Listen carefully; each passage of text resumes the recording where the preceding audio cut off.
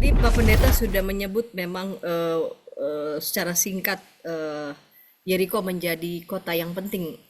Saya minta penjelasan, kenapa Yeriko yang mesti pertama ditaklukkan sebelum mereka akan menduduki tanah Kanaan? Nampaknya Berapa pada penting Yeriko itu? orang-orang Yahudi yang disimpan di situ, yang disembunyikan di situ, saya tidak percaya. Orang-orang Yahudi itu pasti tertangkap, dibawa ke kamp konsentrasi dan mati semua. Siapa yang bertanggung jawab atas kematian orang itu? Pendeta ini ikut bertanggung jawab. Nah, tapi juga ada problem yang lain adalah bagaimana dengan tindakan Rahab tadi yang menyembunyikan begitu ya. Ya, Boleh baik. bilang berarti kan dia dia berbohong. Bukan karena teksnya mengatakan jika iya katakan iya. Tapi Nah, tapi ini mau betul. mana yang benar, mau iya apa yang tidak begitu ya.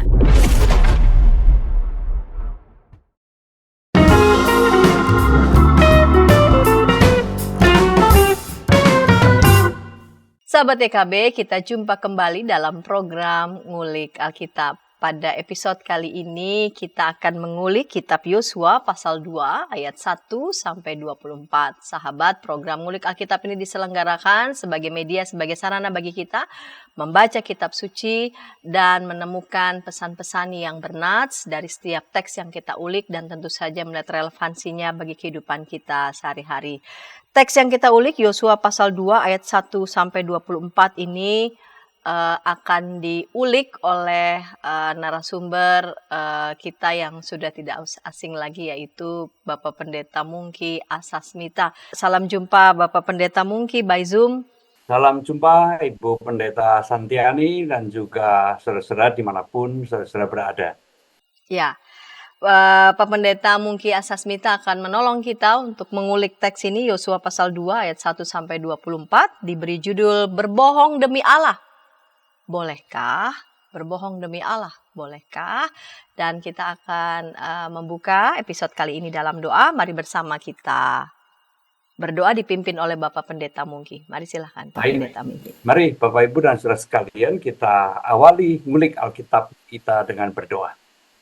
Bapa di dalam surga, kami mengucap syukur oleh karena penyertaan dan pimpinan Tuhan sehingga kami boleh dalam keadaan yang baik dan mendapatkan kesempatan untuk bersama-sama belajar akan firman Tuhan melalui program ngulik Alkitab ini. Kiranya Tuhanlah yang akan menolong kami untuk dapat memahami apa yang Tuhan firmankan kepada kami. Terima kasih Bapa, di dalam nama Tuhan Yesus kami berdoa. Amin. Amin. Saya yang membaca Yosua pasal 2 ayat 1 sampai 24. Perikop ini diberi judul Rahab dan pengintai-pengintai di Yeriko. Yosua bin Nun dengan diam-diam mengutus dari Sitim 2 orang pengintai. Katanya, "Pergilah, amat-amatilah negeri itu dan kota Yeriko." Mereka pun pergi dan sampai di rumah seorang pelacur bernama Rahab lalu menginap di situ. Kemudian Raja Yeriko diberitahu demikian. Tadi malam ada orang Israel datang kemari untuk mengintai negeri ini. Raja Yeriko menyuruh orang kepada Rahab dengan perintah, "Bawalah keluar orang-orang yang datang kepadamu itu, yang masuk ke rumahmu, sebab mereka datang untuk mengintai seluruh negeri ini." Perempuan itu telah menyembunyikan kedua orang itu. Namun ia menjawab, "Betul orang-orang itu datang kepadaku, tetapi aku tidak tahu dari mana mereka." Ketika pintu gerbang hendak ditutup menjelang malam, orang-orang itu keluar. Aku tidak tahu kemana orang-orang itu pergi. Cepatlah kejar mereka. Tentu kamu dapat menyusul mereka. Tetapi perempuan itu menyuruh keduanya naik ke sotoh rumah dan menyembunyikan mereka di bawah timbunan batang rami yang disusun di atas sotoh itu. Lalu orang suruhan raja itu pergi mengejar mereka di jalan menuju sungai Yordan sampai ke tempat-tempat penyeberangan. Segera sesudah pengejar-pengejar itu keluar, pintu gerbang ditutup. Sebelum kedua orang itu tidur, perempuan itu naik ke sotoh untuk menemui mereka. Ia berkata kepada orang-orang itu, "Aku tahu bahwa Tuhan telah memberikan negeri ini kepada kamu, dan bahwa kami dilanda ketakutan terhadap kamu, bahkan semua penduduk negeri ini gemetar menghadapi kamu. Sebab kami mendengar bahwa Tuhan telah mengeringkan laut Teberau di depan kamu ketika kamu keluar dari Mesir, dan juga apa yang kamu lakukan terhadap Sihon dan Og, kedua raja orang Amori itu di seberang sungai Yordan itu yang telah kamu tumpas. Ketika kami mendengar itu, ciutlah hati kami dan patahlah semangat setiap orang menghadapi kamu. Sebab Tuhan Allahmu ialah Allah di langit di atas dan di bumi di bawah. Sekarang, karena aku telah menunjukkan kasih setia terhadapmu, bersumpahlah demi Tuhan bahwa kamu juga akan menunjukkan kasih setia terhadap kaum keluargaku. Berikanlah kepadaku suatu tanda yang menjamin bahwa ayah dan ibuku juga saudara-saudaraku laki-laki dan perempuan, serta semua orang-orang mereka akan kamu biarkan hidup dan kamu akan menyelamatkan nyawa kami dari maut. Lalu jawab kedua orang itu kepadanya, nyawa kami taruhannya bagimu, asal kamu tidak memberitahu tentang kami ini. Ketika Tuhan nanti memberikan negeri ini kepada kami akan menunjukkan kasih dan kesetiaan kami kepadamu. Kemudian perempuan itu menurunkan mereka dengan tali melalui jendela, sebab rumahnya menyatu dengan tembok kota. Disitulah ia tinggal. Ia berkata kepada mereka, pergilah ke pegunungan, supaya pengejar-pengejar itu jangan menemukan kamu. Bersembunyilah di sana selama 3 hari sampai pengejar-pengejar itu pulang. Setelah itu, kamu dapat melanjutkan perjalananmu. Kedua orang itu berkata kepadanya, kami akan bebas dari sumpah kami yang kau suruh kami ikrarkan kepadamu, kecuali ketika kami memasuki negeri ini, tali dari benang merah tua ini kau ikatkan pada jendela tempat engkau menurunkan kami, dan ayah serta ibumu, saudara-saudaramu serta seluruh kaum keluargamu kau kumpulkan di rumahmu. Setiap orang yang keluar dari pintu rumahmu harus menanggung sendiri darahnya yang tertumpah, dan kami tidak bersalah. Namun siapapun yang ada dalam rumahmu, jika ia dicelakakan, kamilah yang menanggung darahnya. Demikian pula jika engkau memberitahukan tentang kami ini, kami akan bebas dari sumpah yang kau suruh kami ikrarkan. Perempuan itu menjawab, jadilah seperti yang kamu katakan. Sesudah itu ia melepas orang-orang itu pergi, lalu mengikatkan tali merah tua itu pada jendela. Mereka pun pergi dan tiba di pegunungan. Mereka tinggal di sana selama 3 hari sampai pengejar-pengejar itu pulang. Pengejar-pengejar itu telah mencari di segala lintasan jalan, tetapi tidak menemukan mereka. Pulanglah kedua orang itu, turun dari pegunungan lalu menyeberang dan sampai kepada Yosua bin Nun. Mereka menceritakan kepadanya segala yang mereka alami. Kata mereka kepada Yosua, Tuhan telah menyerahkan seluruh negeri ini ke tangan kita, bahkan seluruh penduduk negeri itu gemetar menghadapi kita. Baik, Pak Pendeta, mungkin di segmen pertama ini saya mau mengawali dengan ini judul perikopnya Rahab dan pengintai-pengintai di Yeriko. Ini Rahab tampaknya ketahuan tidak mau memberitahukan apakah betul 2 pengintai ini berada dalam rumahnya. Minta komentar tanggapan pada Bapak Pendeta nih. Bertepatan tema kita adalah berbohong demi Allah, bolehkah? Ini kan berbohong nih, kira-kira dia nggak ngomong gitu bahwa para pengintai yang dianggap mengancam, bahkan kan mengancam stabilitas kota di mana ini akan dimasuki oleh orang asing, lalu justru penduduk setempat malah menyembunyikan para pengintai yang dianggap akan mengancam keamanan kota tersebut. Minta komentar Pak Pendeta. Baik, terima kasih Bu Pendeta Santi. Jadi memang betul bahwa 2 pengintai itu datang ke kota Yeriko dan berada di dalam rumah Rahab. Ya, memang ini rumah pelacuran ya. Dan itu nampaknya pada zaman itu menjadi semacam apa ya, pusat pertemuan banyak orang gitu ya. Baik orang yang ada di dalam kota itu maupun orang yang datang dari luar masuk ke dalam kota itu, nampaknya sering karena mungkin sekali bahwa rumah itu bukan hanya sekedar rumah pelacuran, tetapi juga mungkin orang bisa makan, minum di situ, jadi semacam tempat transit begitulah ya. Sehingga dengan mudah orang mendapatkan berbagai macam informasi mengenai kota itu dan sebagainya, di dalam rumah itu. Jadi memang betul 2 orang pengintai itu ada di dalam rumah itu dan menginap di rumah itu gitu. Nah, dari sisi ini kira-kira dapatkah dibenarkan tadi ya? Jadi ini kan posisinya kan dia tidak mengatakan yang sebenarnya, kedua pengintai yang dianggap justru akan mengancam keamanan kota yang akan mereka masuki ini. Ya, ya, jadi ini menarik karena kita tidak bisa melihat hanya dari satu tindakan saja dilepaskan dari konteksnya begitu ya. Ya, Jadi betul. Rahab ini nampaknya ya itu tadi tempat berkumpulnya banyak orang dari luar kota, dari dalam kota berkumpul, banyak informasi beredar di situ sehingga seorang Rahab nampaknya sudah tahu betul, sudah mendengar berita dari kanan kiri bahwa ada sekelompok orang yang menamakan dirinya Israel yang keluar dari Mesir secara luar biasa dipimpin oleh dewanya yang bernama Yahweh ya, yang punya kekuatan luar biasa sehingga bisa membelah laut Teberau, kemudian juga mengalahkan raja-raja ini dan itu ya. Itu kan itu sudah didengar oleh Rahab sehingga kemudian Rahab melihat atau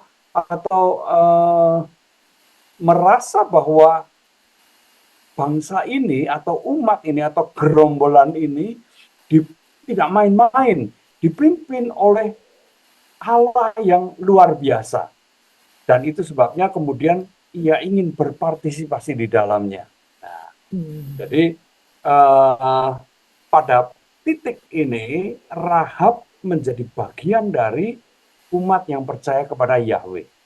Dan ia melakukan itu untuk melindungi orang yang diutus untuk melihat situasi dari kota itu dari satu sudut pandang. Dari sudut pandang yang lain, yaitu sudut pandang iman, kita melihat bahwa Allah memakai Rahab. Ya, justru ini menarik karena Allah memakai Rahab untuk memuluskan jalan bagi perwujudan janji Allah, yaitu mulai menggenapi janji Allah kepada Abraham. Karena ini kan sebenarnya kota pertama yang dimasuki oleh bangsa Israel ketika mereka keluar dari Mesir dan menyeberang sungai Yordan, dan inilah kota yang pertama, kota yang bahkan juga paling penting di lembah sungai Yordan, yaitu Yeriko. Ya, kota yang berbenteng, kota yang dianggap kuat. Nah, disitulah Allah memakai Rahab untuk meneguhkan umat Israel, ya, karena kita nanti akan melihat di pasal 6 mereka memenangkan pertempuran itu, ya, dan merebut kota Yeriko. Gitu. Nah, tadi Pak Pendeta sudah menyebut memang secara singkat Yeriko menjadi kota yang penting. Saya minta penjelasan, kenapa Yeriko yang mesti pertama ditaklukkan sebelum mereka akan menduduki tanah Kanaan? Nampaknya seberapa penting Yeriko itu? Ya, nampaknya Yeriko itu merupakan sedikit dari kota yang berbenteng dibanding dengan kota-kota yang lain dan cukup kuat, ya, sehingga dengan mengalahkan atau merobohkan atau menaklukkan kota Yeriko ini memberikan kekuatan moral tersendiri kepada bangsa Israel, makin meneguhkan keyakinannya bahwa ke depan mereka juga akan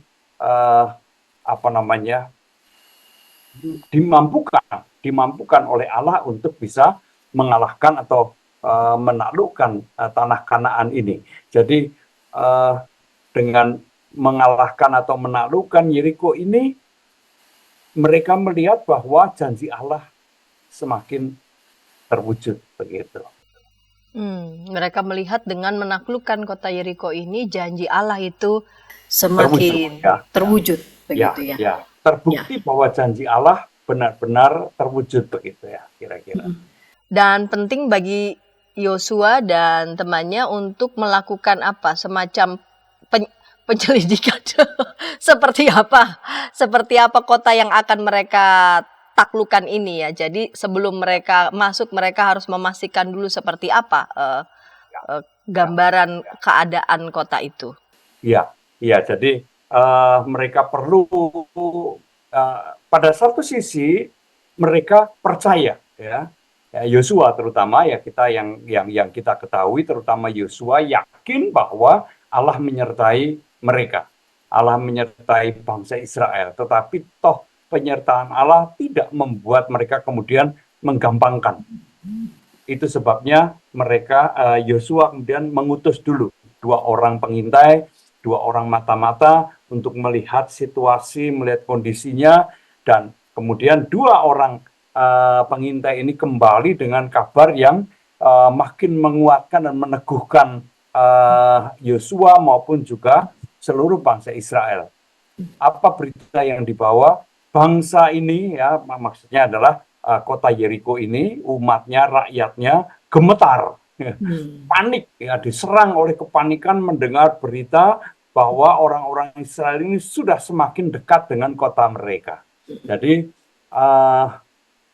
ya kalau bisa dibayangkan ya, ketika seseorang akan berperang, belum apa-apa sudah disergap oleh kepanikan dan ketakutan, maka benar kata orang, mereka sudah separuh kalah dulu, 50% kalah duluan. Ya. Jadi ini makin menumbuhkan atau melipat gandakan keberanian dan kekuatan dari bangsa Israel gitu. Ya, baik. Pak Pendeta, nanti di segmen yang kedua nanti kita akan melihat dinamika nih antara 2 pengintai ini dengan Rahab ini yang menarik percakapan di antara mereka berdua. Di sisi satu Rahab yang demikian percaya, apa yang mendorong dia sungguh-sungguh percaya bahwa para pengintai ini sungguh-sungguh orang baik semacam itu, dan nanti apa yang mendorong Rahab lalu kemudian mengadakan semacam perjanjian sampai nanti Rahab percaya bahwa nanti perjanjian itu sungguh-sungguh ditepati oleh kedua pengintai ini. Kita akan lihat itu segmen kedua, namun sebelumnya kita dengarkan pesan-pesan berikut ini.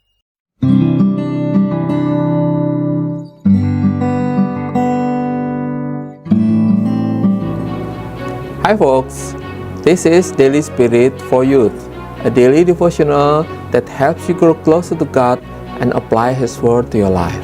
Daily Spirit for Youth dapat Anda saksikan hari Senin sampai Sabtu pukul 4.30 waktu Indonesia Barat di channel YKB TV. Kita jumpa dalam acara Pembangunan Jemaat. Pembangunan Jemaat setiap Senin di minggu kedua dan keempat pukul 20 waktu Indonesia Barat. Dapat Anda nikmati di channel YKB TV. Dari kungkungan malam gelap. Nyanyikanlah nyanyian baru setiap hari Rabu pukul 12 waktu Indonesia Barat. Dapat Anda nikmati di channel Lagu Rohani YKB TV.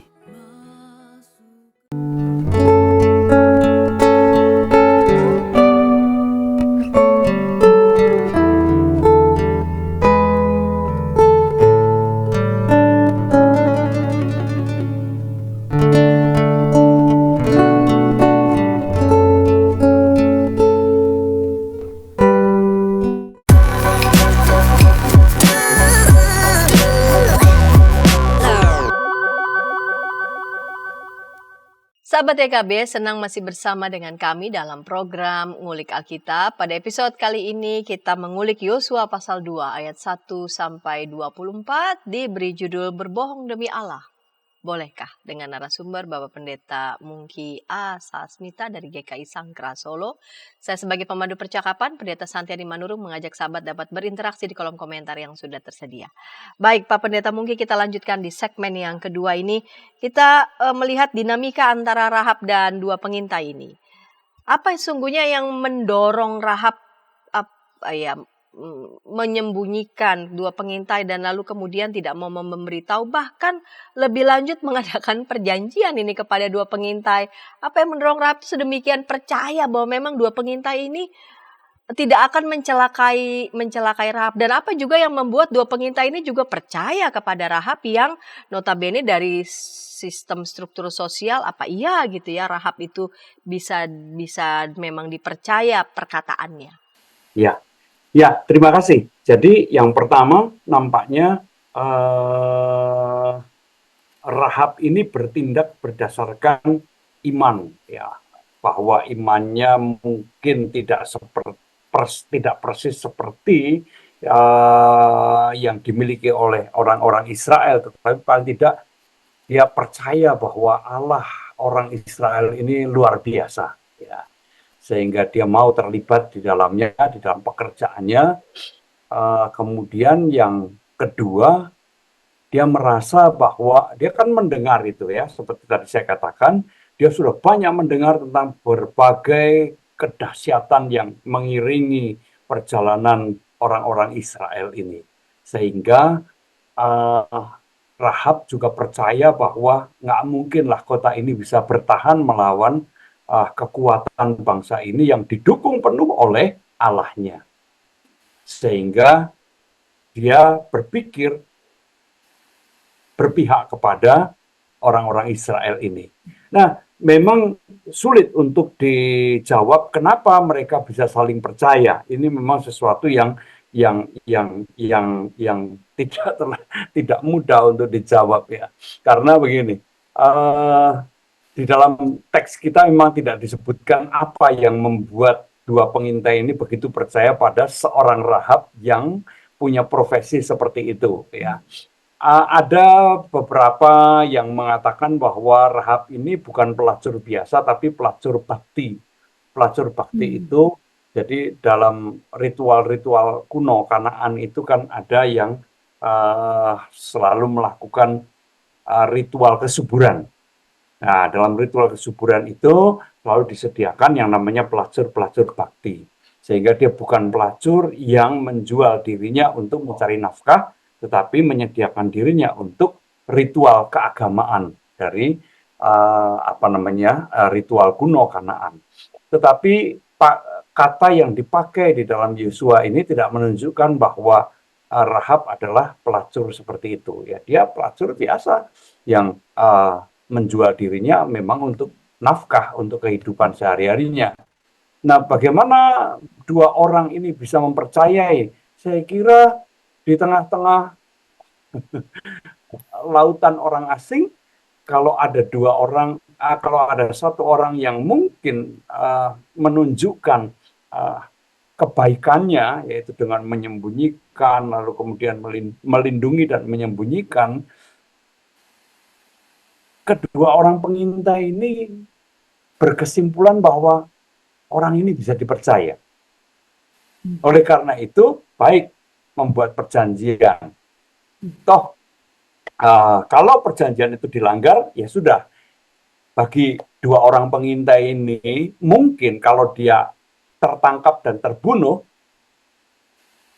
mungkin tidak ada masalah karena dia melakukan tugas yang diberikan oleh Yosua dan mereka sangat mungkin meyakini bahwa tugas dari Yosua berarti tugas dari Allah. Sehingga apapun yang menjadi resikonya, mereka siap untuk menghadapinya. Ya. Dan sedangkan Rahab sendiri, kita melihat bahwa ternyata sejak peristiwa itu, nampaknya ia tidak lagi kembali ke dalam kehidupannya yang lama. Ya. Dan itu terbukti nampaknya di dalam beberapa surat perjanjian baru tuh namanya muncul. Yang menarik adalah nama Rahab itu muncul dalam silsilah Tuhan Yesus di dalam Injil Matius ya. Jadi dia menjadi salah satu orang yang dipakai oleh Allah yang kemudian suatu saat kelak menurunkan atau melahirkan Tuhan Yesus ya. Jadi ini Rahab ini menjadi sangat penting ya. Bahkan dengan peristiwa masuknya umat Israel di tanah Kanaan, ini kan langkah pertama dan Rahablah yang dipakai. Itu yang pertama. Yang kedua juga dalam perikop kita ini, kalau kita perhatikan sungguh-sungguh, pemeran utamanya itu Rahab. Karena hanya satu-satunya orang yang disebut namanya itu Rahab. Kita nggak tahu kok nama dua pengintai itu siapa. Yang kita baca hanya Rahab, ya, si perempuan itu yang punya nama, yaitu Rahab. Yosua disebut, tapi toh hanya muncul di depan dan di akhir perikopnya. Tidak aktif, ya, dia hanya mengutus, kemudian pada akhirnya hanya menerima laporan. Tapi sepanjang 24 ayat itu, Rahab itulah yang begitu aktif. Jadi Rahab ini punya peran yang sangat penting di dalam perikop kita. Ya. Nah, kira-kira apa yang hendak mau disampaikan dengan sangat eksplisit kisah tentang Rahab itu ditulis khusus begitu di pasal 2. Di tengah konteks budaya pada saat itu yang minim menyebut perempuan ini, nama perempuan disebut bahkan bukan dari profesi yang mulia kan di tengah-tengah sosial begitu ya, bahwa ternyata Alkitab bahkan Perjanjian Lama memberikan tempat khusus dan memberikan menceritakan nih kisah tentang Rahab. Apa sebetulnya yang ingin disampaikan melalui Alkitab ini untuk kita, Bapak? Ya, jadi satu hal yang menarik adalah bahwa di dalam Alkitab kita itu pengungkapan tentang tokoh-tokohnya itu selalu jujur, ya, apa adanya. Seorang Daud itu pun juga tidak luput dibongkar aibnya, ya, bukan digambarkan sebagai makhluk yang sempurna, tanpa salah, tanpa cacat. Dia juga digambarkan bahwa Daud pun punya kelemahan, bahkan seorang Salomo yang dikatakan sebagai raja bijaksana, toh pada akhir masa pemerintahannya kita melihat dia memasukkan begitu banyak berhala ke Israel, yang kemudian menyebabkan terjadinya perpecahan di dalam tubuh bangsa Israel. Ya. Jadi kejujuran itu sesuatu yang menurut saya luar biasa. Tidak ada orang yang sempurna. Tetapi toh di dalam ketidaksempurnaan itu tidak ada yang bisa menghalangi Allah memakai alatnya, memakai setiap orang. Termasuk juga Rahab. Orang bisa mengatakan ini perempuan yang sebenarnya tidak layak di hadapan Allah. Ya. Bahkan di hadapan manusia pun mungkin dianggap hina. Ya. Tetapi faktanya dia menjadi orang penting, ya, dalam peristiwa masuknya Israel ke tanah Kanaan. Menjadi orang penting dalam perwujudan janji Allah tentang tanah perjanjian yang diberikan kepada umat Israel. Perintisan itu dilakukan dengan melibatkan seorang pelacur bernama Rahab. Jadi Allah itu bisa memakai siapapun untuk pekerjaannya, untuk mewujudkan apa yang menjadi kehendaknya. Jadi dari sini kita sebenarnya belajar supaya jangan mudah menilai, menghakimi orang, ya. Mungkin di mata kita seseorang menekuni pekerjaan yang hina, yang tidak baik, secara moral mungkin tidak baik. Kita tidak tahu pergumulan di dalamnya, kita tidak tahu konteks kehidupannya. Dan kita tidak tahu juga apa yang akan Allah kerjakan di dalam orang, di dalam diri orang ini, dalam kehidupan orang ini. Adalah penting untuk mengasihi, menghormati, ketimbang menghakimi. Dan menurut saya inilah pesan yang menurut saya sangat penting. Ya, lihatlah Rahab, ya, dia menurut saya dia sangat dihormati di dalam perjalanan sejarah suci ini. Termasuk dengan menempatkannya dalam silsilah Tuhan Yesus. Kalau Ruth, Ruth itu orang asing, tapi dia punya kelebihan, ya kan? Dia setia pada mertuanya, dia mau menderita demi mertuanya, sekalipun mertuanya tidak punya apapun. Rahab apa istimewanya? Coba kalau dilihat sepintas ya dari pekerjaannya, nah ada. Tapi ternyata dia ditempatkan di jalur kelahiran Mesias, ya, dan itu merupakan sesuatu yang luar biasa. Ya.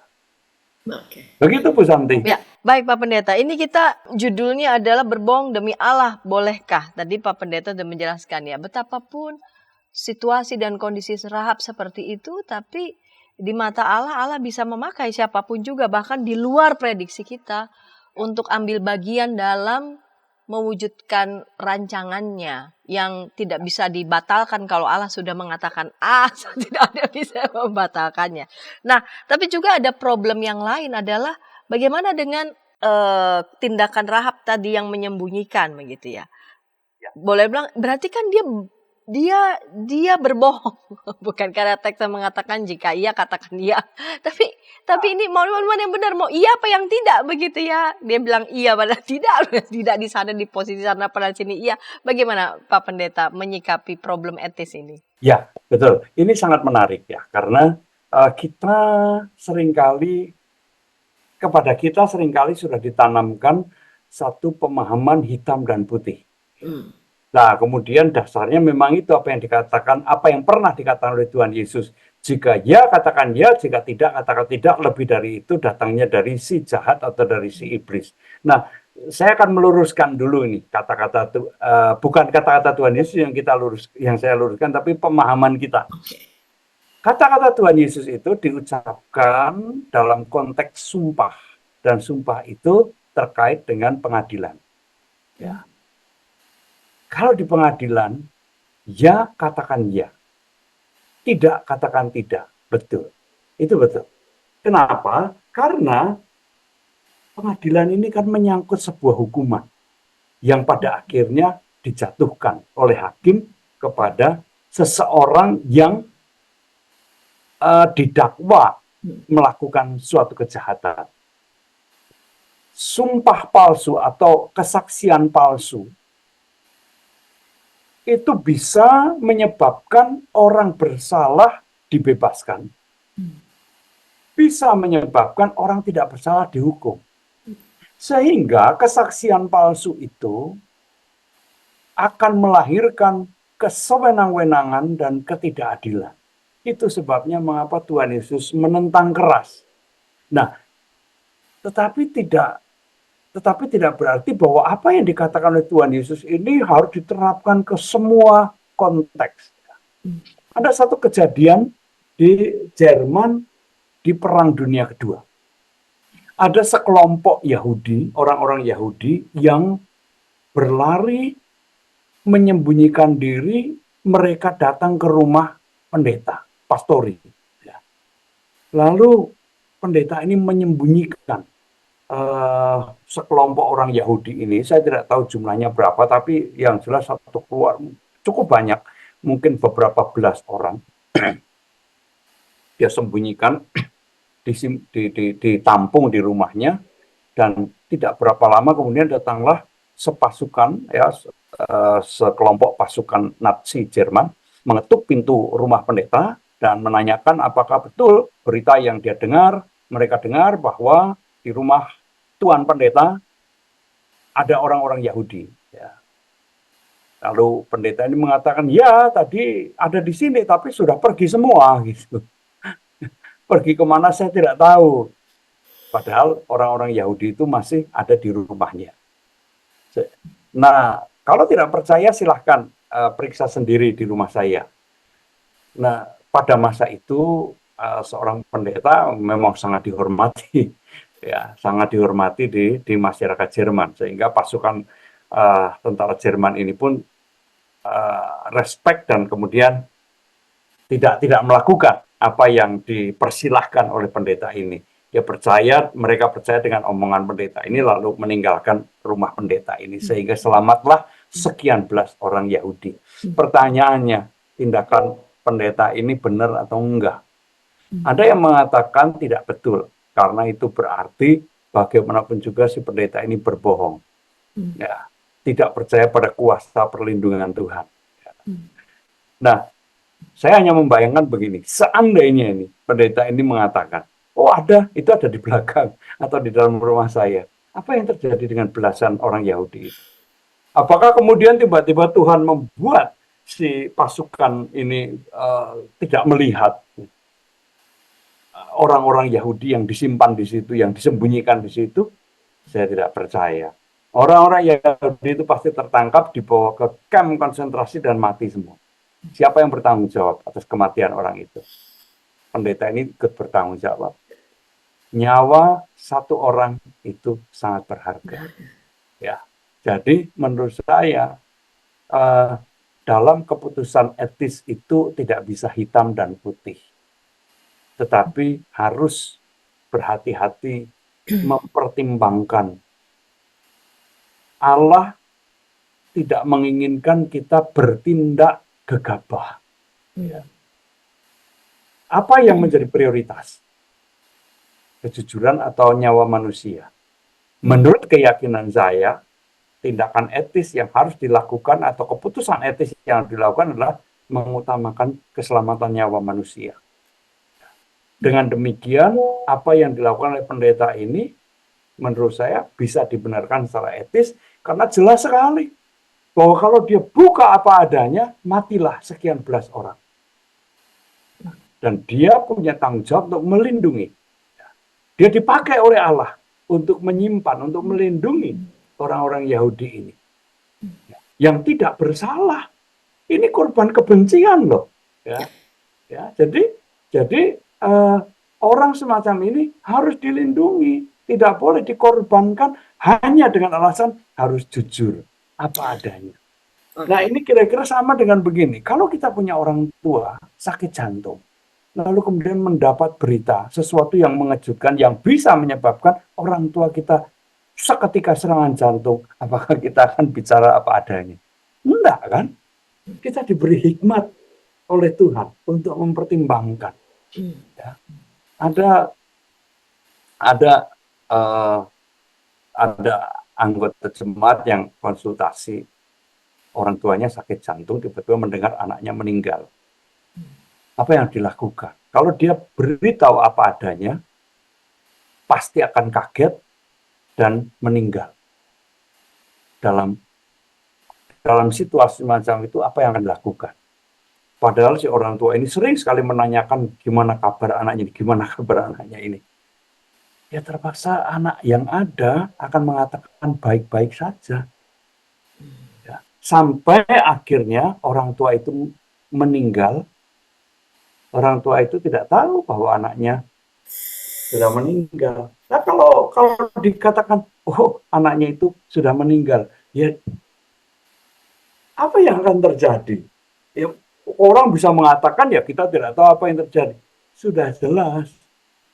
Menurut saya, ya, bukannya kita mendahului Tuhan, tetapi kalau itu disampaikan, sudah pasti orang tuanya akan sangat terkejut, syok, dan akhirnya bisa serangan jantung dan nyusul anaknya. Nah, itu problem etis yang menurut saya harus dipertimbangkan. Tidak boleh sekedar hitam dan putih, tetapi konteksnya. Dan kita harus mempertimbangkan dalam situasi semacam itu apa yang menjadi prioritas. Apa yang menjadi kehendak Allah untuk kita prioritaskan. Tuhan memberi hikmat, memberi akal budi kita untuk mempertimbangkan itu. Begitu Bu Santi. Ya, baik Pak Pendeta. Pak Pendeta sudah mengulas di segmen kedua dan Pak Pendeta juga akan mengembangkan apa relevansinya nih buat kehidupan kita semua di segmen ketiga. Namun sebelumnya kita dengarkan pesan-pesan berikut ini.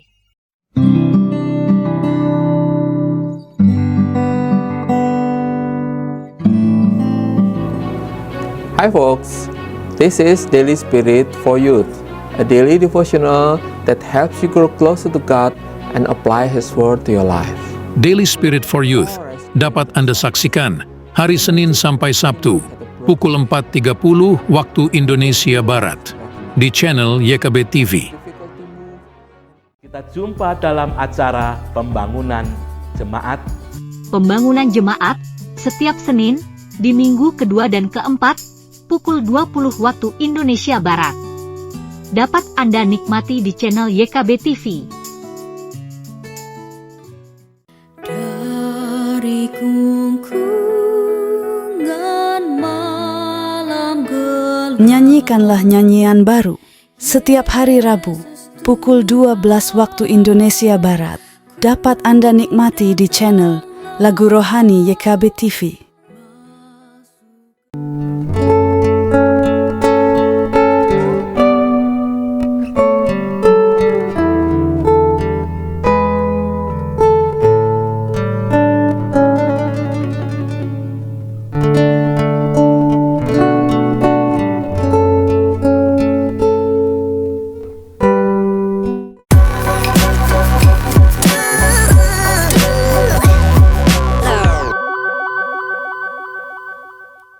Sahabat YKB, senang masih bersama dengan kami dalam program Ngulik Alkitab. Pada episode kali ini kita mengulik Yosua pasal 2 ayat 1 sampai 24, diberi judul Berbohong Demi Allah, bolehkah? Yang akan mengulik dari mulai segmen 1, 2, dan ini masuk segmen penutup, Pendeta Mungki Asasmita. Pak Pendeta, kita lanjut di segmen penutup ini. Apa yang menjadi relevansi bagi kehidupan kita? Begitu banyak hal yang sudah Pak Pendeta sampaikan dalam segmen pertama, kedua, lalu kemudian kita melihat bagaimana ini kita relevansikan untuk kehidupan kita sehari-hari. Ya, ada beberapa hal yang sangat menarik untuk kita perhatikan dari perikop Yosua pasal 2 ini. Yang pertama soal kebohongan, tadi sudah panjang lebar kita bicarakan ya.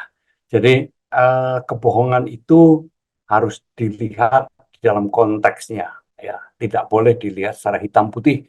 Pokoknya kalau tidak bicara faktual apa adanya berarti bohong, dan bohong itu berarti dosa.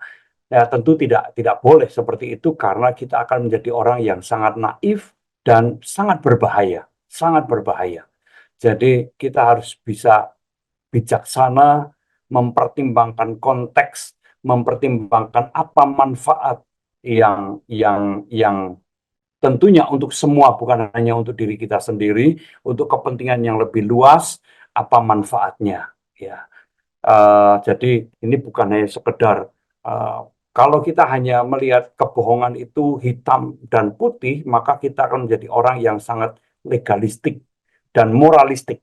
Itu sikap yang keliru. Ya, legalistik dan moralistik itu sikap yang sangat kaku terhadap hukum, sikap yang kaku terhadap aturan atau ketentuan-ketentuan moral. Dan orang yang semacam ini biasanya hati-hati, tidak bisa konsisten. Karena hidup ini tidak mungkin dijalani dengan sikap yang kaku, baik secara aturan maupun secara aturan-aturan moral. Ya. Pada saat benturan dengan kepentingan pribadi, percayalah aturan-aturan moral akan ditabrak begitu saja. Nah, ini yang berbahaya. Justru kita harus punya fleksibilitas, tetapi bukan anarkis, ya, bukan semau gue, tetapi mempertimbangkan konteks yang lebih luas, kepentingan yang lebih luas. Itu yang harus menjadi landasan dari keputusan etis kita. Ya. Itulah yang dilakukan oleh Rahab. Itu yang pertama. Yang kedua, Rahab itu adalah orang yang tidak terikat atau bukan terikat, tapi terpenjara dengan masa lalunya, tetapi melihat masa depannya. Dan itu sebabnya mengapa ia kemudian membantu, bahkan membuat perjanjian, dan dia menepati perjanjian itu dengan kedua orang pengintai itu. Karena dia ingin lepas dari kehidupan masa lalunya. Itu menunjukkan bahwa ia tidak mau terpenjara dengan masa lalunya, tapi ia ingin keluar dari masa lalu yang kelam tadi dan menyongsong masa depan yang baik. Ya. Pada umumnya para ahli meyakini bahwa sejak saat itulah Rahab menjadi bagian dari bangsa Israel. Dan itu sebabnya kemudian ia juga bahkan lebih dari itu, bukan hanya sekedar menjadi bagian dari bangsa Israel, tapi menjadi bagian dari orang-orang yang dipakai oleh Allah untuk menurunkan atau melahirkan juru selamat kita, yaitu Tuhan Yesus Kristus sendiri. Jadi itu pelajaran yang sangat penting. Ya, jangan kita, setiap orang punya masa lalu. Ya, sekelam apapun, jangan kita terpenjara dengan masa lalu kita. Melainkan, mari kita melihat bahwa ada hari depan, ada masa depan. Yang penting adalah bahwa kita mau meninggalkan masa lalu itu, bertekad dengan sungguh-sungguh melepaskan masa lalu itu dan memulai suatu kehidupan yang baru. Saya sangat percaya bahwa betapapun sulit dan beratnya seseorang yang mau meninggalkan masa lalunya dan menyongsong masa depannya pasti akan ditolong oleh Tuhan. Karena Tuhan mengasihi orang yang mau melihat masa depan yang baik. Ya, bukankah seperti yang dikatakan bahwa rancangan Tuhan itu bukan rancangan kecelakaan, melainkan hari depan penuh harapan. Dan bagaimana menyongsong itu? Ya harus ada tekad. Ada tekad untuk keluar dari masa kelam, masa lalunya. Untuk menyongsong hari depannya. Dan menarik ya, Rahab ini berarti menurut saya tindakan dia menyembunyikan dua pengintai ini, bahkan mengadakan perjanjian, berarti sudah begitu lama, berarti sepertinya begitu ya, dia bergumul baik pada masa hidup yang sedang dia jalani, lalu kemudian dia bisa melihat peluang begitu, dia bisa melihat peluang bagaimana dia bisa keluar dari masa lalunya, lalu kemudian menatap masa depan. Ini kan keberanian yang luar biasa ya Pak Pendeta. Ya, dan itu berarti bahwa Rahab bukan orang bodoh. Mungkin apa yang dikatakan Bu Santi mungkin bisa benar, artinya begini, mungkin dia juga sudah tidak betah lagi dengan kehidupan yang selama ini dijalani, tapi toh dia tidak berdaya untuk keluar, ya. Tidak mudah untuk keluar dari cangkeraman dunianya itu. Tetapi kemudian tiba-tiba muncul dua orang pengintai dari bangsa yang katakanlah mungkin melegenda, ya, sudah melegenda karena cerita yang luar biasa, menyeberangi Laut Teberau, mengalahkan raja-raja yang sangat kuat. Ini luar biasa kok tiba-tiba muncul di depan matanya. Sehingga mungkin dia melihat bahwa inilah kesempatan saya untuk keluar. Untuk bergabung dengan bangsa yang kuat ini, dengan Allahnya yang luar biasa, sehingga dia bisa memulai suatu kehidupan yang baru. Jadi melihat kesempatan. Dan tidak membiarkan itu lewat begitu saja. Ya, jadi itu merupakan sesuatu yang sangat penting, Bu Santi. Nah, saya juga melihat tentang ini ya Pak Pendeta. Rahab itu bukan fokus melihat pada tantangan ataupun persoalan, bisa saja kan ketahuan, tetapi dia melihat apa yang dibalik itu. Ini bagaimana nih kita bisa mengaitkan dalam hidup kita tuh, kadang-kadang kita kan terpatri pada pada segudang persoalan, nanti masalahnya nanti kena, sama seperti yang Pak Pendeta tadi segmen kedua sudah sebutkan, ini pendeta yang didatangi oleh sepasukan Nazi begitu. Saya bayangkan kalau posisi saya melihatnya adalah itu sebagai ancaman, saya akan bilang tangkap saja begitu ya. Tetapi kelas Rahab maupun juga pendeta tersebut, walaupun dua konteks yang berbeda, tetapi dua orang ini menurut saya sama-sama sangat berani melihat bukan saja apa yang di depan mata, melainkan apa yang dibalik itu, nilai luhur apa yang sedang diperjuangkan Pak Pendeta. Mana komentar Pak Pendeta? Ya, jadi keyakinan kepada Allah itu yang menjadi dasar utama ya dari tindakan Rahab ini. Memang sebuah tindakan itu selalu mengandung risiko ya. Di samping juga ada pengharapan, ada harapan-harapan baik yang tersembunyi yang ada di depan gitu ya. Jadi kalau kita melakukan suatu tindakan memang selalu ada risiko dan harapan ya. Tetapi kalau kita meyakini bahwa tindakan ini adalah sesuai dengan kehendak Allah, sebagaimana Rahab juga percaya bahwa ini adalah tindakan Allah, saya ikut terlibat di dalam karya Allah kepada umat Israel ini ya. Dan saya Rahab ini dalam konteks Rahab tentunya ya. Kemudian saya membantu, maka saya percaya bahwa risiko itu bisa diatasi, bahkan bisa dihindari. Dan itulah yang kemudian terjadi. Saya kira dalam kehidupan sehari-hari kita juga tentu ada pergumulan-pergumulan semacam itu. Ya, seperti seorang pendeta yang tadi saya ceritakan, memang dia berisiko sekali, tapi dia meyakini bahwa sebagai pendeta, dia harus memprioritaskan keselamatan manusia. Keselamatan orang-orang yang entah kenapa datang kepadanya.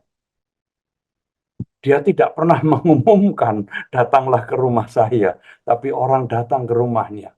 Ya, dan bisa saja tetangga-tetangga mengetahui dan ia tidak tahu tetangga mana yang bersimpati kepadanya dan mana tetangga yang membenci dirinya. Tapi dia terima begitu saja, apapun yang terjadi, resiko bisa terjadi. Ya, Bonhoeffer juga ditangkap, ya, dan akhirnya mati. Ya. Nah, tapi dia berani melakukan itu, kalaupun akhirnya dia harus menanggung risikonya, dia percaya bahwa risiko itu dia tanggung oleh karena Tuhan. Ya. Jadi ada keberanian untuk menanggung semuanya itu, dan ternyata risikonya bisa diatasi. Ya. Bukan sekedar memikirkan keselamatan diri, ya, tetapi dia mau mengutamakan keselamatan banyak orang. Saya kira apa yang dikatakan oleh Tuhan Yesus dalam beberapa minggu khotbah kita ini kan, barang siapa menyelamatkan nyawanya, ia akan kehilangan nyawanya. Tetapi barang siapa yang kehilangan nyawanya karena aku, ia akan memperolehnya. Itu saya kira menjadi wujud nyata dalam peristiwa itu, ya. Terima kasih Pak Pendeta. Lewat bacaan kita perikop tentang Rahab dan pengintai-pengintai di Yeriko, kita pun juga ditegur bahwa sekelam apapun masa lalu, entah kita maupun juga orang-orang di sekitar kita, kita tidak tahu bagaimana Allah berkarya dalam hidup mereka, dan Allah bisa juga memakai mereka untuk mewujudkan rancangan Allah yang mendatangkan kebaikan dan keselamatan. Dan ketika kita punya tekad untuk menata kehidupan yang baru, maka Allah pun akan bersama-sama dengan kita. Dan hal yang lain yang bisa juga kita pelajari, jangan terjatuh pada penghakiman ya yang begitu sangat legalistik, bohong jujur, bahwa ada hal yang memang harus kita pertimbangkan secara etis, sungguh-sungguh arif, banyak hal yang memang kita harus pertimbangkan tanpa jatuh juga menjadi orang yang tidak punya sikap bahkan prinsip ya. Jadi semua prinsip dan sikap diterobos-terobos demi sebuah yang namanya fleksibilitas. Tapi juga jangan juga karena demi menjunjung yang namanya ketegakan aturan, lalu kemudian kita tidak melihat pertimbangan-pertimbangan etis, pertimbangan-pertimbangan teologis yang mesti kita juga kedepankan. Dan kita belajar untuk melihat hal-hal yang baik, hal-hal yang luhur yang dapat kita kerjakan, sekalipun bisa saja ada hal-hal tertentu yang memang beresiko, namun ketika kita yakini apa yang kita lakukan itu datangnya dari Allah, maka yang kita lakukan itu akan memuliakan Allah dan menjadi inspirasi dan dapat kita wariskan kan kepada generasi kemudian. Terima kasih Bapak Pendeta Mungki yang telah menjadi narasumber ngulik Alkitab pada episode kali ini, dan ketika tayangan ini dapat memberkati sahabat dimanapun sahabat berada, sahabat dapat membagikannya kepada sebanyak mungkin orang dan dapat menekan tombol like dan subscribe sehingga boleh mendapatkan update dari tayangan YKB TV. Kita akan menutup episode kali ini dalam doa. Mari silakan Bapak Pendeta dapat memimpin kita dalam doa penutup ini. Baik, mari Bapak Ibu dan saudara sekalian, kita tutup program Ngulik Alkitab pada saat ini dengan berdoa. Kami bersyukur kepadamu ya Tuhan, jikalau kami boleh mendalami, menelaah firman Tuhan, kiranya hikmat Tuhan boleh memenuhi hati dan pikiran kami, sehingga kami juga dapat belajar banyak dari firman Tuhan ini, sehingga kami juga dapat menjalani kehidupan kami dengan berhikmat dan dalam tuntunan firman Tuhan sendiri. Kami akan kembali kepada aktivitas kami Kiranya Tuhan menyertai kami dimanapun kami berada. Terima kasih Bapa. Di dalam nama Tuhan Yesus kami berdoa. Amin.